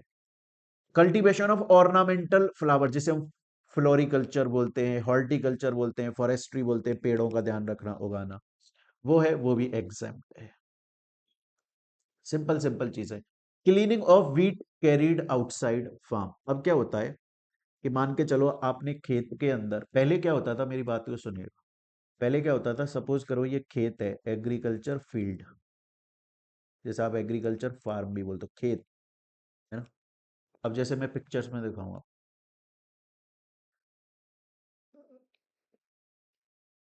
देखो ये मान के चलो ये खेत है। अब इसने यहाँ पे ना गेहूं, वीट उगाया था, और उसकी कटिंग कर ली। अब क्या होता है, ये मिट्टी में उगाए, तो इसके ऊपर मिट्टी, सैंड लगी हुई, धूल मिट्टी लगी हुई है, ये उसे साफ करना पड़ेगा। वरना आप सोचो ना, आपके पास में कोई किसान आए गेहूं लेकर, और उनमें मिट्टी लगी हुई है, आप नहीं खरीदोगे ना उसे, बोलोगे अरे भाई साहब साफ तो करके लाते यार कम से कम। तो पहले क्या होता था, किसान लोग उसे काट लेते थे, और फिर उसे खेत से दूर ले जाते थे, सही अच्छी जगह पर, और फिर वहां उसको पानी से धो के साफ किया जाता था। तो वहां पे तो ये बोलने लग गए कि साहब ये तो गलत है ना, आप तो एग्रीकल्चर प्रोड्यूस, जो एग्रीकल्चर फार्म पे कोई काम हो रहा है उसको एग्जेम्प्ट करते हो, ये तो यहाँ से गेहूं काट के एक दूसरी जगह पे ले जाके साफ सफाई कर रहे हैं। लेकिन गवर्नमेंट बोली यार ये तो ऑब्वियस नेसेसरी है ना, अगर आज बंदा यहीं पे काटता है गेहूं को, और यहीं उसकी साफ सफाई करेगा, देखो यहाँ भी तो मिट्टी है, फिर वो दोबारा सन जाएगा, मिट्टी के अंदर गंदा हो जाएगा। इससे अच्छा तो क्या होगा कि पहले वो उसको लेकर जाए, अपनी एक अच्छी जगह पर लेकर जाए, साफ सफाई वाली जगह पे, वहां उसे पानी से धोए, सुखाए, और फिर उसे वो कट्टों में पैक करे, तो कुछ फायदा भी निकलेगा। तो पहले क्या होता था, पहले अगर किसान कहीं दूसरी जगह पे ले जाता था, तो बोला जाता था यार एग्रीकल्चर फार्म के ऊपर काम नहीं हो रहा है, ये तो टैक्सेबल होना चाहिए। इसलिए गवर्नमेंट ने ना अब डायरेक्टली लिख ही दिया, गवर्नमेंट बोली कि सुनो, इवन अगर आउटसाइड फार्म लेकर जाया जा रहा है गेहूं को और वहां पे सफाई करी जा रही है, कोई दिक्कत वाली बात नहीं। अगर वो एग्रीकल्चर प्रोड्यूस मार्केटिंग कमेटी जिसके बारे में बात की थी, जो अभी कमीशन एजेंट बन के सेल करने की सर्विस प्रोवाइड कर रहा था, अगर वो सर्विस प्रोवाइड करता है कि मैं आपके खेत में शेड कर दूंगा, टीन लगा दूंगा, मैं पानी की सप्लाई करवा दूंगा, मैं लाइट दे दूंगा। आजकल तो बहुत सारे लोग ऐसा भी करते हैं, आप देखो अपने यहाँ पे सोलर पैनल लगवा लेते हैं। ये मेरा खेत है, मैंने सोलर पैनल लगा लिया और बड़ी बड़ी बैटरियां लगाई हुई हैं उस सोलर पैनल से कनेक्टेड, धूप आ रही है तो मेरी बिजली बनती जा रही है, इलेक्ट्रिसिटी बन रही है और इस बैटरियों में सेव होती जा रही है। अब मेरे खेत में मैंने जितना एग्रीकल्चर का काम किया उसमें सिर्फ ये एक बैटरी यूज में आई, इन दोनों बैटरियों में आज भी इलेक्ट्रिसिटी बची हुई है। मेरे पास वाला खेत एक किसान का है, मैंने उसको बोला यार मैं तेरे को बेच दूंगा ये, मैं एपीएमसी हूँ, मैं तेरे को इलेक्ट्रिसिटी सर्विस दे दूंगा, तू मेरे से ले बिजली और कर अपने यहाँ पे काम। हाँ तो ये भी एग्जाम, क्योंकि ये सब चीजें ना एग्रीकल्चर को बढ़ावा दे रही हैं। और भारत एक कृषि प्रधान देश है, एग्रीकल्चरल कंट्री है, आज भी बहुत सारे लोग एग्रीकल्चर पर बेस्ड है। या फिर मानकर चलो कोई एग्रीकल्चर प्रोड्यूस मार्केटिंग कमेटी है, वो कोई ऐसे स्टेप्स ले रही है जिससे एग्रीकल्चर जो प्रोडक्ट है, क्या होता है गवर्नमेंट एक प्राइस डिसाइड कर देती है। आपने सुना भी होगा, न्यूज में बहुत आता है एमएसपी, मिनिमम सपोर्ट प्राइस। किसान बोलता है कि यार हम जो उगा रहे हैं वो ज्यादा रुपए पे तो खरीदो, हम टमाटर बेचते हैं उसको तुम महंगे पे खरीदते नहीं हो, लेकिन उसी को ही एक कंपनी किसान केचप बना के बेचती है, उसको तुम कितने महंगे पे खरीद लेते हो। हमको भी तो मिनिमम एक प्राइस मिलनी चाहिए जो हमें सपोर्ट करे हमारे जीवन को चलाने के लिए। तो गवर्नमेंट ने डिसाइड करी, अब मान के चलो किसान अगर उस मिनिमम सपोर्ट प्राइस पे नहीं बेच पा रहा है, तो 100 रुपए है मिनिमम सपोर्ट प्राइस, और किसान बोल रहा है कि यार मेरे को तो मार्केट में से 70 रुपए ही मिल रहे हैं जबकि 100 तो मिलने ही चाहिए थे। तो कुछ एपीएमसी बनी हुई है, वो बोलते हैं कि हम तुम्हें मिनिमम सपोर्ट प्राइस दिलवा देंगे पर उसका कुछ हम चार्ज लेंगे, हाँ तो वो भी एग्जाम। अच्छा बहुत बार ऐसा होता है कि किसान ये बोलता है कि यार मेरे खेत में ना कुछ ज्यादा माल उग नहीं रहा है, मैं चाहता हूँ मेरे खेत की जो मिट्टी है ना उसकी चेकिंग हो जाए। बहुत सारी चीजों की चेकिंग करवाता है वो, जैसे सीड की टेस्टिंग, मेरा जो बीज है उसकी टेस्टिंग कर लो, मेरी मिट्टी की टेस्टिंग कर लो, मेरा जो एनिमल्स हैं वो सही से खा पा रहे हैं नहीं खा पा रहे, दूध अच्छा दे रहे हैं, उनको कोई प्रॉब्लम तो नहीं है। इन चीज़ों की टेस्टिंग वेस्टिंग करवाता है, प्लांट्स की, पेट्स की। ये सब भी एग्रीकल्चर से रिलेटेड है, ये भी एग्जाम्प्ट है। अच्छा, होल ग्रेन पल्सेस हैं जैसे राजमा, ये सब भी डायरेक्टली खेत से ही उग रहे हैं, होल ग्राम चना वना, ये तो अगर ये एग्रीकल्चर प्रोड्यूस है ये भी एग्जाम्प्ट हो जाता है। अच्छा बहुत बार जो एग्रीकल्चर, अब यहाँ पे ना बहुत अच्छे से ध्यान दीजिएगा, इसमें ना ये इंपॉर्टेंट है पॉइंट। अभी क्यों इंपॉर्टेंट है, जब मैं क्वेश्चन कराऊंगा तब आपको याद आएगा ये बात। बहुत बार पता है क्या होता है, कुछ ना ऐसे प्रोडक्ट्स होते हैं जैसे फ्रूट्स, डायरेक्टली खेत से उग रहा है, वेजिटेबल, हम उनके कुछ काम कर रहे हैं जैसे प्री कंडीशनिंग कर रहे हैं। जैसे मान के चलो कि सेब होगा तो उसको साफ कर रहे हैं, उनको कूलिंग एक कोल्ड स्टोरेज में रख रहे हैं ताकि वो सड़ ना जाए, उनको राइपनिंग खेतों से काट काट के ला रहे हैं, वैक्सिंग कर रहे हैं। वैक्सिंग क्यों करी जाती है, ताकि ना धूप से बच जाएं, सड़े ना। इसीलिए आपको ध्यान है, कुछ गधे लोग इंस्टाग्राम पे वीडियोस बनाते हैं कि देखो मैं एप्पल लेके आया, देखो मैंने एप्पल को जब मैं लेके आया ना तो मैंने उसे चाकू से उसके ऊपर की सतह को ऐसे निकाला तो देखो वैक्स निकल रही है उससे। लोगों ने मिलावट करी है एप्पल में, अरे गधे, मिलावट नहीं करी है ये जरूरी है उस एप्पल की लाइफ बढ़ाने के लिए, वरना ना भारत में एप्पल ही नहीं खा पाएगा कोई। जब इनको प्रोड्यूस किया जाता है ना, जब ये निकल कर आते हैं खेत से, तो इनके ऊपर वैक्सीन करी जाती है ताकि ये थोड़े लंबे टाइम तक सरवाइव करे। कश्मीर में उग रहा है सेब, आपको मिल रहा है जयपुर में। आपको क्या लग रहा है किसी ने ऐसे बॉल फेंकी और जयपुर में कैच कर ली, ऐसे आ गया क्या सेब उड़ के वहां पे? अरे भाई ट्रांसपोर्टेशन से आया, बहुत सारा बहुत टाइम लगा यार उसमें, उसकी लाइफ खराब ना हो जाए इसलिए वैक्सीन वैक्सीन थोड़ी कर दी जाती है। इसीलिए तो बोला जाता है जब घर में आ जाए तो थोड़ा अच्छे से साफ करके धो धा के फिर खाया करो। तो अगर ऐसी कोई सर्विस प्रोवाइड करी जा रही है, किस चीज से रिलेटेड, किस चीज से रिलेटेड, देखो इसमें ना रिटेल पैकिंग भी इंक्लूडेड है, रिटेल पैकिंग, बट किस चीज की रिटेल पैकिंग? फ्रूट्स की, वेजिटेबल्स की, जिसकी वजह से उनका एसेंशियल कैरेक्टर चेंज नहीं हो रहा है, वो तो एग्जेम्प्ट है, वो तो एग्जेम्प्ट है। लेकिन देखो यहां पर मैं एक चीज बताऊंगा, रिटेल मार्केट, इसीलिए देखो इसको ना बोल्ड किया हुआ है। रिटेल मार्केट किस चीज का? ग्राइंडिंग करी जा रही है, स्टरलाइजिंग करी जा रही है, एक्सट्रैक्शन, वो टैक्सेबल है। अब बच्चा क्या होता है, बच्चा ना क्वेश्चन के अंदर बस रिटेल शब्द को देखता है और टैक्सेबल लगाया जाता है। मैं बोलता हूं भाई पढ़ तो ले, अगर रिटेल के आगे लिख रखा है ग्राइंडिंग, स्टरलाइजिंग, एक्सट्रैक्शन तो टैक्सेबल है। लेकिन अगर रिटेल के आगे लिख रखा है कि रिटेल पैकिंग करी जा रही है, रिटेल में बेचने के लिए, आप कभी ठेलों पर देखो, रोड पे जाते होंगे, ठेलों पे अमरूद बिकते हैं, व्हाइट कलर का ऐसा दानेदार सा, खाली खाली सा उसका पैकिंग होता है, बड़ा अच्छा सा सुंदर सा लगता है, वो रिटेल पैकिंग ही तो है भाई। आप लोग रिटेलर्स ही तो हो, हम आप जो घर में अपन लेकर, हमको जो किसान है वो छोटे छोटे बॉक्सेस में रिटेलर को दे रहा है, वो फिर हमें आगे देख रहा है। लेकिन अगर उस चीज की पैकिंग कर दी रिटेल पैकिंग, क्या उससे उसका कैरेक्टरिस्टिक चेंज हो गया? अगर आज अमरूद खेत में है और उसको मैंने एक पैक कर दिया किसी चीज में, तो क्या वो अमरूद केला बन गया? अरे अमरूद ही तो रहा, उसका एसेंशियल कैरेक्टर थोड़ी ना चेंज हो गया भाई। तो इस चीज को जरूर पढ़ लेना, अगर फ्रूट्स वेजिटेबल की रिटेल पैकिंग है ना, वो एग्जेम्प्ट है। और इसके अलावा मान लो बहुत बार ऐसा होता है कि नेशनल लेवल पे हमने कोल्ड स्टोरेज की चेन खोल दी। कोल्ड स्टोरेज बहुत ज्यादा जरूरी होते हैं सब्जियों को, फल फ्रूट्स को। आप अपने घर में भी तो फ्रिज है ना, वो भी क्या है, एक तरह का कोल्ड स्टोरेज है, बट छोटा सा है, वो कमर्शियल सेंस में नहीं है, रेजिडेंशियल में। हम उसके अंदर रखते हैं तो चीजें ताजा रहती हैं। आप देखिए आपके ना शहरों में होगा, बड़े बड़े कोल्ड स्टोरेज बने हुए हैं जहाँ पे बहुत सारी सब्जियां, वो उनको रेंट पर देते हैं। जैसे मेरा एक कोल्ड स्टोरेज है, बहुत बड़ा कोल्ड स्टोरेज है।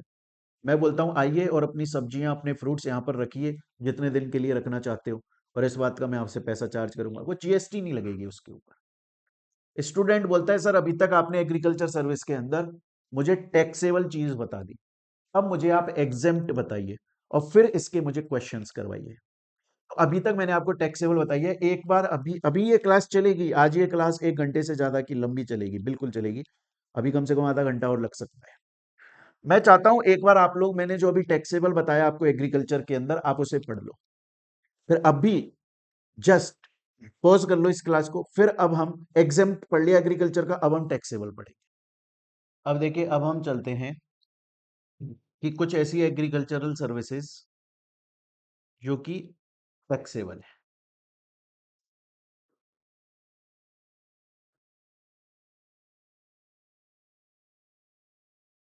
पता बड़ी कॉमन सेंस वाली हैं।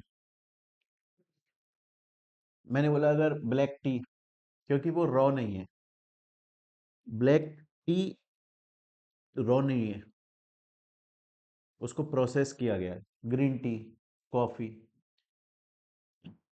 Processing of sugarcane into jaggery. अब इस चीज को बड़ी ध्यान से देखिए। एक ए नाम का बंदा है, वो सर्विस देता है किस चीज की, कि वो बोलता है मैं वेयर हाउसिंग सर्विस देता हूं कि आप मेरे वेयर हाउस में शुगर केन रख लो। तो ये एग्जाम्प्ट है क्योंकि एग्रीकल्चर प्रोड्यूस है। एक वी नाम का बंदा है, वो बोलता है मैं वेयर हाउसिंग की सर्विस दे रहा हूँ कि आप जैगरी को वेयर हाउस कर लो, मतलब जैगरी बनी बनाई है, शुगर केन से जैगरी बन गई है, तो ये एग्जाम्प्ट है। लेकिन सी नाम का बंदा है जो बोलता है कि मैं शुगर केन से जैगरी में कन्वर्ट करने की सर्विस देता हूँ, हाँ ये टैक्सेबल, प्रोसेसिंग। सेम उसी तरह से, जैसे सपोज करो कोई बोलता है कि मैं पैडी, धान को वेयर हाउस करने की सर्विस देता हूँ, एग्जाम्प्ट है। कोई बोलता है मैं राइस को वेयर हाउस करने की सर्विस देता हूँ, एग्जाम्प्ट है। लेकिन मैं पैडी से राइस में कन्वर्ट करने की सर्विस नहीं, तो ये एग्जाम वो टैक्सेबल है। या फिर कोई बोलता है कि मैं ग्राइंडिंग, ग्राइंडिंग का मतलब क्या होता है, ग्राइंडिंग प्राइमरी मार्केट में नहीं चलती। जैसे खेत से गेहूं आई, खेत से वीट, गेहूं आया, फिर उस गेहूं गेहूं जब आता है ना, तो उसका गेहूं का जो दाना होता है ना, कोई कैसा होता है, कोई टेढ़ा होता है, कोई छोटा होता है, कोई मोटा होता है, कोई खराब होता है। समान दाने नहीं होते हैं जिनको घर में यूज किया जा सके। उसको क्या किया जाता है, एक ग्रेडिंग मशीन आती है, उसको पहले उस मशीन के थ्रू ग्रेडिंग, ताकि जो जितने भी गेहूं के दाने हैं ना वो सभी इक्वली हो सकें, और फिर उनका पीस के उन्हें ग्राइंड करके फिर उनको जो आटा बनता है, वो आटे को हम घर में रोटी बनाने के यूज में लाते हैं। जब खेत से वीट आता है ना, तो उसमें बहुत सारी चीजें लगी हुई होती है, बहुत सारी मिट्टी लगी हुई होती है, बहुत सारे छोटे छोटे कांटे से भी होते हैं उसके अंदर। उसकी पहले ग्राइंडिंग होती है प्रॉपर तरीके से मशीन के थ्रू, वो प्रोसेसिंग हो रही है। अगर आप ये सर्विसेज दे रहे हो ना, तो ये टैक्सेबल है। क्लियर ये चीज आता है। और ऐसा कौन करता है? कंपनी वाले करते हैं, बड़ी बड़ी कंपनियों वाले। जैसे मैं आपको बताता हूँ, मेरे भैया हैं, वो फर्टिलाइजर की फील्ड में काम करते हैं। फर्टिलाइजर की फील्ड का मतलब है कि हमारे फर्टिलाइजर की दुकान है, हम खुद बेचते हैं ये चीजें, इसीलिए मेरे को थोड़ी नॉलेज है इसकी अच्छी खासी। क्योंकि मैं काफी बार ऐसे दुकान पे बैठ के मैंने पर्सनली देखा हुआ है कि बहुत लोग आ रहे हैं, मशीन लेकर जा रहे हैं जो खेतों में यूरिया वूरिया डालेंगे उससे। तो अभी तक हम क्या करते थे, अभी तक ना हम कहीं से गेहूं के खरीद के लाते थे और बेच देते थे लोगों को। तो भैया ने बोला कि यार मैं क्या करूंगा, मैं डायरेक्टली ना किसान से खरीदूंगा गेहूं। और मैं, हमारे पास जमीन है एक बहुत लंबी चौड़ी, बोला वहां पे मैं अपनी एक फैक्ट्री डाल रहा हूँ। तो वहां पे मैं उनकी ग्राइंडिंग करा करूंगा। बड़ी बड़ी मशीनें आएंगी, ग्राइंडर आएंगे, उसमें उसे डालेंगे, फिर वो गेहूं एकदम प्रॉपर बन जाएगा। फिर उसको हम हमारे नाम की पैकिंग में, जैसे मान लो मोहित मोहित एग्रोटेक करके एक कंपनी बना दी, उसका एक ऐसा 5 किलो का 10 किलो का कोई पैकेट बना दिया, उसमें पैक करके, वो टैक्सेबल है। अगर पटेटो से पटेटो चिप्स बनाई जा रही हैं, इसकी सर्विस दे रहे हो। टमाटो से टमाटो केचप बनाए, इसकी सर्विस दे रहे हो। अब देखिएगा, कोई एपीएमसी है, एग्रीकल्चर प्रोड्यूस मार्केटिंग कमेटी, या कोई बोर्ड है, वो रेंट पे दे रहा है शॉप्स को या अपनी प्रॉपर्टी को, लेकिन वो एग्रीकल्चर के लिए रेंट पे नहीं दे रहा। वो बोल रहा है कि मैं मेरी प्रॉपर्टी है, उसको किसी भी वजह से रेंट पे ले जाओ, किसी भी वजह से रेंट पे ले जाओ। हाँ, तो किसी भी वजह से अगर ले जाओ, तो वो एग्जेम्प्टेड नहीं है। आप तो, मैं अगर एग्रीकल्चर प्रोड्यूस मार्केटिंग कमेटी हूं, मैं बोल रहा हूँ मेरी जमीन है, आप उसमें चाहे स्कूल चलाओ, आप चाहे वहां अपना शोरूम खोल लो, आप चाहे से वहां पे बियर बार खोल लो, रेस्टोरेंट खोल लो, और चाहे से वहां पर वेयर हाउस खोल लो जहां पर एग्रीकल्चर प्रोड्यूस को रखा जाएगा। तो मैं मेरी प्रॉपर्टी को कोई सिर्फ एग्रीकल्चर के लिए थोड़ी ना दे रहा हूं, मैं तो सब चीज के लिए अवेलेबल करवा रहा हूँ, तो वो तो टैक्सेबल है। क्लियर है ये चीज? या मैं वेयर हाउस को रेंट पर दे रहा हूँ कि यहाँ पे एग्रीकल्चर प्रोड्यूस रख लेना, तो वो तो मेरी जगह है, मैं उसको किसी भी चीज के लिए दे सकता हूँ। वो एक्सक्लूसिवली एग्रीकल्चर के लिए नहीं है। तो ये कुछ टैक्सेबल हमने सर्विसेज देखी। आपको ना थोड़ा सा, अब यहां तक आपने एग्जेम्प्टेड सर्विस भी पढ़ ली, टैक्सेबल भी पढ़ ली। अब एक बार थोड़ा सा हम क्वेश्चन करते हैं इसके, 2-3 क्वेश्चन करते हैं, तब आपको कुछ क्लैरिटी आएगी। देखो, जैसे एक एग्रो केयर लिमिटेड कंपनी है, तो उसके कुछ ट्रांजेक्शन है, हम देखेंगे वो एग्जेम्प्टेड है कि टैक्सेबल है। Receipts from supply of farm labour, farm labour की सप्लाई, ये आप ध्यान करो, हमने इसे एग्जेम्प्ट में पढ़ा था, खेतों में काम करने वाली लेबर। तो खेतों में काम करने वाली लेबर की अगर सप्लाई कर रहे हो, तो वो एग्जेम्प्ट है। तो हमारा ये जो फर्स्ट पॉइंट हुआ,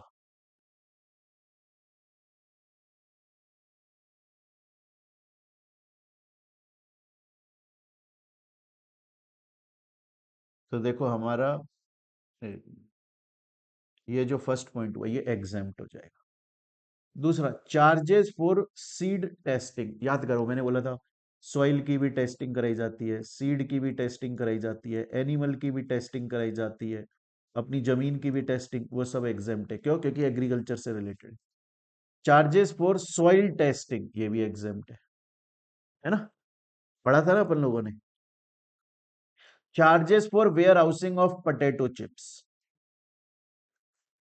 ये टैक्सेबल है, क्योंकि पोटैटो चिप्स एग्रीकल्चर प्रोड्यूस नहीं है। हमने बोला था warehousing of agriculture produce, उसमें से दो ही एक्सेप्शन पड़े थे, जैगरी और राइस। लेकिन अगर उसके अलावा कोई ऐसा जो एग्रीकल्चर प्रोड्यूस नहीं है, उसकी वेयर हाउसिंग की सर्विस है, वो टैक्सेबल है भाई।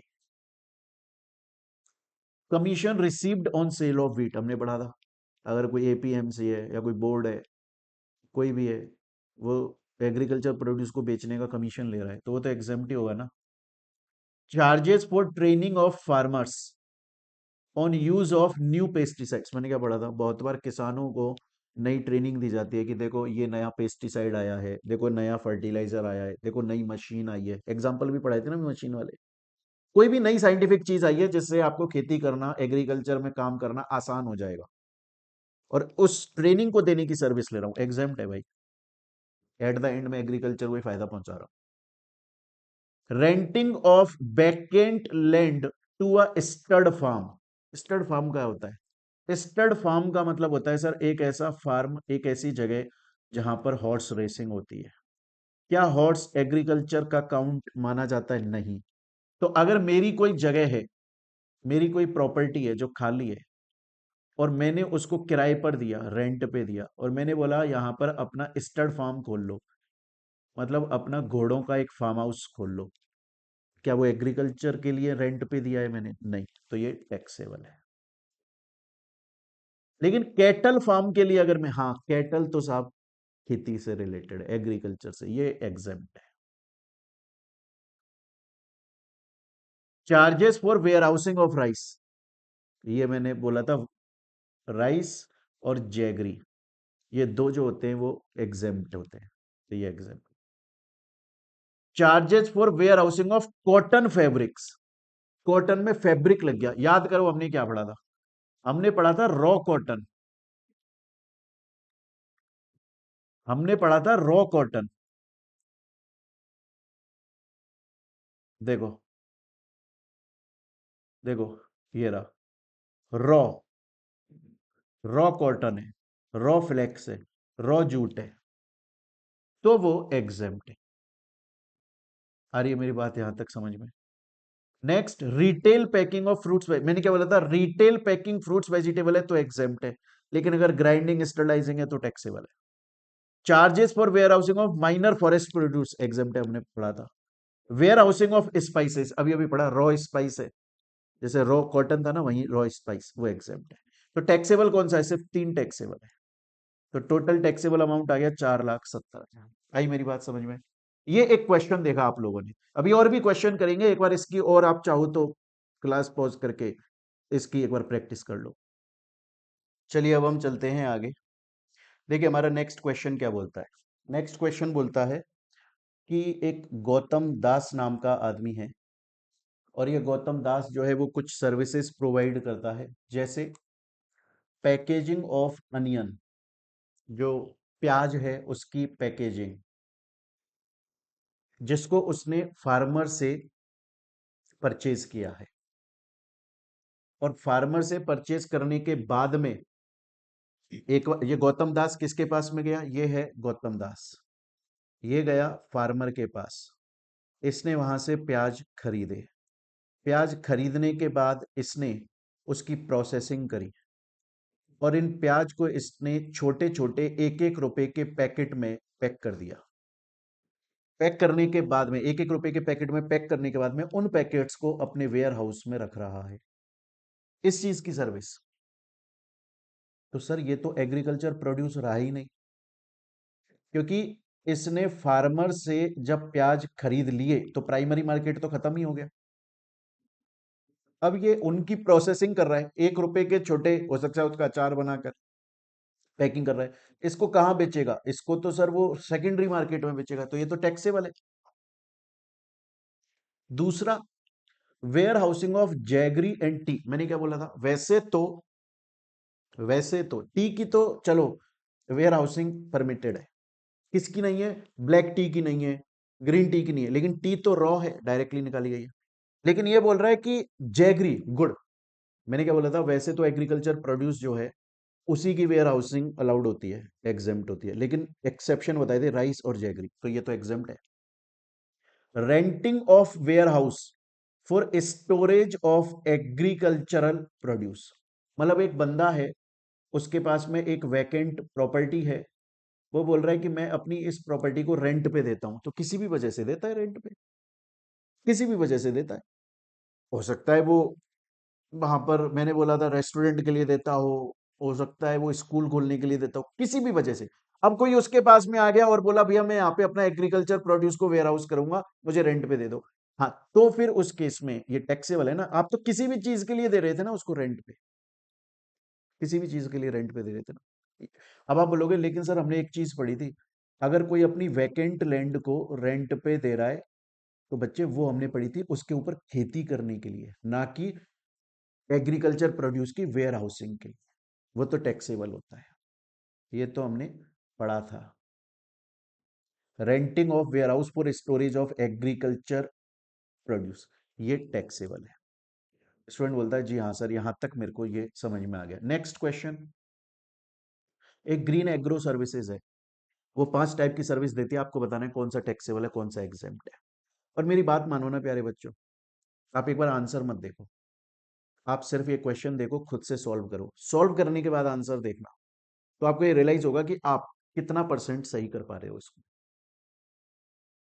देखो, service relating to rearing of sheep, हमने बोला था रियरिंग ऑफ लाइव स्टॉक, अगर उसकी सर्विस दे रहे हो तो एग्जेम्प्ट है। हॉर्स उसमें काउंट नहीं था, लेकिन यहाँ तो शीप है, ये तो काउंट है, ये एग्जेम्प्ट है। नेक्स्ट आ जाता है services by way of artificial insemination of horses, हमने पढ़ा था artificial insemination of any livestock other than horse, लेकिन अगर हॉर्स है तो टैक्सेबल है। Processing of sugarcane into jaggery, मैंने क्या बोला था, अगर जैगरी की वेयर हाउसिंग कर रहे हो तो एग्जेम्प्ट है, लेकिन प्रोसेसिंग कर रहे हो, मैंने एग्जांपल भी दिया था आपको याद हो तो, अगर मैंने बोला था कि अगर प्रोसेसिंग कर रहे हो तो वो प्रोसेसिंग जो है वो एग्जेम्प्ट नहीं है, वो तो टैक्सेबल है ना, ये यहां पर लिखा भी हुआ है देखो, processing of sugarcane into jaggery taxable है। इसीलिए तो मैंने आपको ये पहले पढ़ाए थे, अदरवाइज मैं डायरेक्टली क्वेश्चन करा देता आपको। इसका रीजन भी देखो मैंने यहाँ पे लिख दिया है, ये live stock other than horse हो गया इसलिए, लेकिन ये हॉर्स है इसलिए, ये प्रोसेसिंग हो रही है इसलिए। मिलिंग ऑफ पैडी, ये भी प्रोसेसिंग हो रही है कि धान से चावल, मतलब धान के एक एक दाने को निकाल के चावल निकाला जा रहा है, नहीं, ये भी टैक्सेबल है। हमने बोला था आप पैडी की वेयर हाउसिंग करो एग्जेम्प्ट है, इवन राइस की वेयर हाउसिंग करो एग्जेम्प्ट है, लेकिन अगर इसके प्रोसेसिंग की सर्विस दे रहे हो वो टैक्सेबल है, तो ये टैक्सेबल है। Next, services by way of fumigation in a warehouse of agriculture produce, ठीक है, वेयर हाउस के अंदर एग्रीकल्चर प्रोड्यूस है, उस पर सैनिटाइज किया जा रहा है, ये तो एग्जेम्प्ट है, ये पढ़ा था हम लोगों ने। तो अगर आप टोटल देखोगे तो टैक्सेबल जो है ये 3 चीजें आपकी टैक्सेबल है, बस। तो बच्चों यहां तक हम लोगों ने ये एग्रीकल्चर सर्विस के बारे में पढ़ लिया, मेरे ख्याल से यहां तक की बात आपको समझ में आ गई। अब चलेंगे स्टूडेंट्स हम लोग आगे, और नेक्स्ट क्लास के अंदर हम लोग अपनी नेक्स्ट टाइप ऑफ सर्विसेज के बारे में पढ़ेंगे। यहां तक जितना पढ़ा उसको रिवाइज करिएगा।